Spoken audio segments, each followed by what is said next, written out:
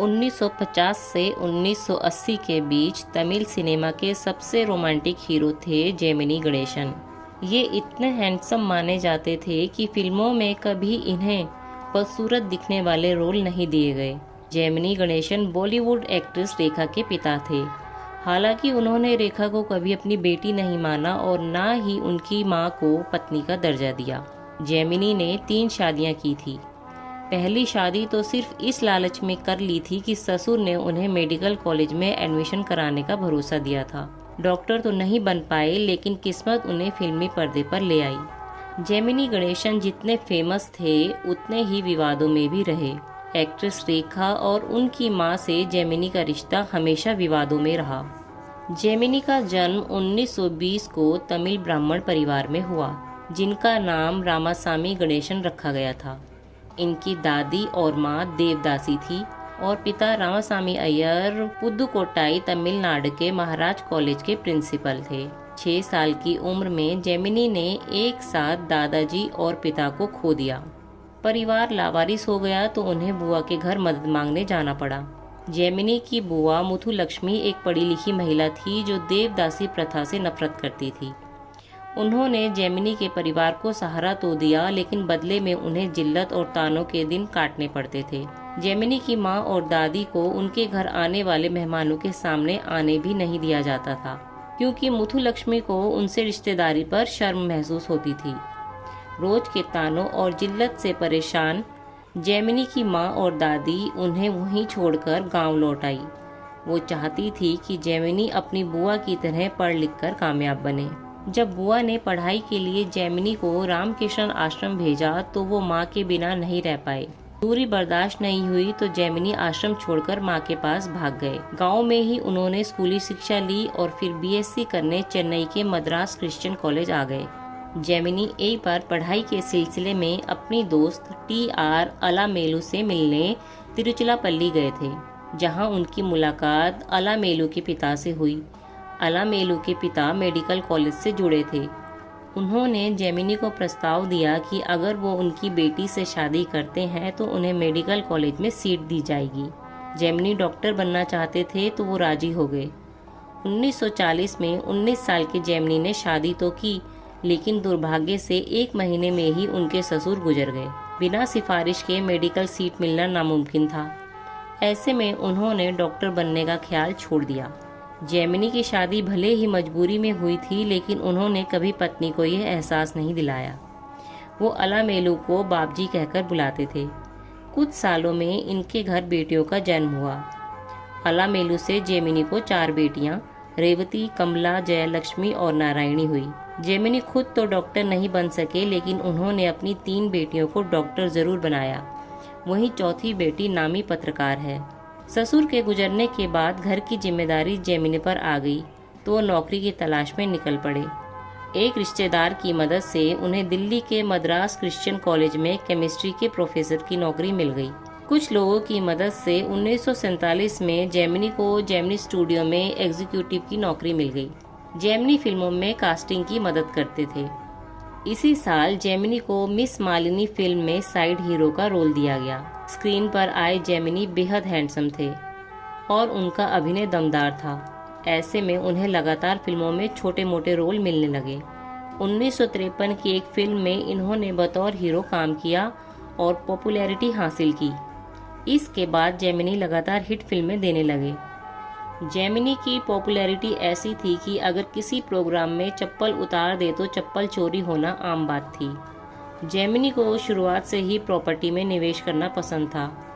इन्हें घर खरीदने का जुनून ऐसा था कि अगर कहीं जाते और वो जगह पसंद आती तो खरीद लेते थे, चाहे कीमत कितनी भी हो। ऐसे में उन्होंने शूटिंग के दौरान तमिलनाडु के कोडाईकनाल में स्थित रेड लिंच हेरिटेज बंगला खरीदा था। जेमिनी के तमिलनाडु में कई बड़े बंगले और प्रॉपर्टी हैं। मिस मालिनी और चंद्रधारी जैसी फिल्मों में साथ काम करते हुए जेमिनी और पुष्पावली एक दूसरे को पसंद करने लगे। क्योंकि जेमिनी पहले से शादीशुदा थे, ऐसे में उन्होंने पुष्पावली से शादी नहीं की।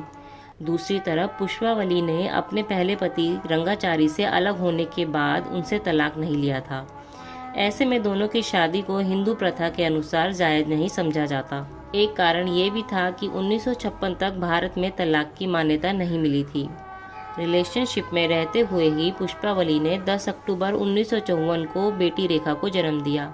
जब ये खबर फैली तो अखबारों में रेखा को जेमिनी और पुष्पावली की नाजायज बेटी कहा गया। बदनामी के बावजूद जेमिनी ने रेखा को कभी अपनी बेटी का दर्जा नहीं दिया। एक दिन जेमिनी स्टूडियो में काम करते हुए जेमिनी की नज़र सावित्री नाम की एक लड़की पर पड़ी। वो लड़की हीरोइन बनने का सपना लिए स्टूडियो पहुंची थी। जेमिनी ने उसकी मदद करी और उसे फिल्मों में काम दिलाया। साथ काम करते हुए दोनों को एक दूसरे से प्यार हुआ और दोनों ने 1954 में गुपचुप शादी कर ली। पहले से ही निजी जिंदगी और अफेयर के चलते सुर्खियों में बने हुए जेमिनी ने दूसरी शादी राज रखी। लेकिन एक साल बाद जब सावित्री ने साबुन ऐड के कॉन्ट्रैक्ट में अपना नाम सावित्री गणेशन लिखा तो इस रिश्ते से पर्दा हट गया। 1955 में पुष्पावली ने जेमिनी की दूसरी बेटी राधा को जन्म दिया। कुछ दिनों बाद ही उन्हें जब सावित्री और जेमिनी की शादी का पता चला तो उन्हें ठेस पहुंची। जेमिनी ने सावित्री के आते ही पुष्पावली से दूरियां बढ़ा ली और उनकी बेटियों को पहचानने से भी इनकार कर दिया। पहली पत्नी अलामेलू और पुष्पावली की बेटियां एक ही स्कूल में पढ़ती थी, लेकिन जेमिनी हमेशा रेखा और राधा को नज़रअंदाज कर देते थे। सावित्री उस जमाने की सबसे रईस एक्ट्रेस में से थी। ये सब उन्होंने फिल्मों में आने से कमाया था। जैसे जैसे सावित्री की पॉपुलैरिटी बढ़ने लगी वैसे वैसे जेमिनी की फिल्में फ्लॉप होने लगी। एक ही अखबार में जेमिनी की फिल्मों के फ्लॉप होने की खबर होती थी और दूसरे पन्ने में पत्नी सावित्री की तारीफें। कई बार तो ऐसा भी हुआ कि कभी जेमिनी के लिए घर के बाहर इंतजार करने वाले फिल्म मेकर उनके घर सावित्री को साइन करने पहुंचने लगे। जब सावित्री ने 1968 की फिल्म चिन्नारी पापलू में पैसे लगाने का फैसला किया तो जेमिनी ने उन्हें रोकना चाहा, क्योंकि कम पढ़ी लिखी सावित्री को उनके साथी प्रोड्यूसर्स मूर्ख समझकर मनचाही राशि इस्तेमाल करवाते थे। सावित्री नहीं मानी और उनकी बनाई फिल्म से करोड़ों का नुकसान हुआ। जब लगातार सावित्री की बनाई फिल्में फ्लॉप होने लगी तो उन्होंने कंगाली में शराब का सहारा लिया। दोनों के झगड़े इतने बढ़ने लगे कि एक अफेयर के शक में सावित्री ने जेमिनी को घर से बाहर कर दिया। सावित्री इनकम टैक्स रेड और फिल्मों को होते नुकसान से कंगाल हो गई, लेकिन जब सावित्री कोमा में गई तो जेमिनी ने 19 महीनों तक उसका ख्याल रखा और उसके इलाज की जिम्मेदारी उठाई। 19 महीने कोमा में रहने के बाद जब सावित्री का 1981 में निधन हुआ तो जेमिनी की पहली पत्नी अलामेलू उन्हें घर ले आई। जेमिनी के घर से ही सावित्री की अंतिम यात्रा निकाली गई। 1988 के बाद से ही जेमिनी को बढ़ती उम्र के चलते साइड हीरो के रोल मिलने लगे। 1996 में उन्होंने अपनी आखिरी फिल्म की। फिल्मों से दूर होने के बाद जेमिनी ने 1997 में 78 साल की उम्र में 36 साल छोटी जूलियाना से शादी कर ली। एक इंटरव्यू में उन्होंने कहा था कि उन्हें साथी की जरूरत है, इसलिए उन्होंने शादी की। जेमिनी की तीसरी पत्नी जूलियाना उनसे काफ़ी छोटी थी, जो हर किसी को खटकती थी। जेमिनी के परिवार ने उन पर आरोप लगाया कि उस संपत्ति की चाह में जेमिनी के साथ थी। झगड़े इतने बढ़ गए कि जेमिनी का परिवार उन्हें यूएस ले गया और जूलियाना भारत में अकेली रह गई। 22 मार्च 2005 को मल्टीपल ऑर्गन फेल होने से जेमिनी गणेशन का चेन्नई में निधन हो गया। जेमिनी ने कभी रेखा के पिता होने का फर्ज अदा नहीं किया था। यही कारण था कि मौत की खबर मिलने के बावजूद रेखा अंतिम संस्कार में नहीं पहुंची थी।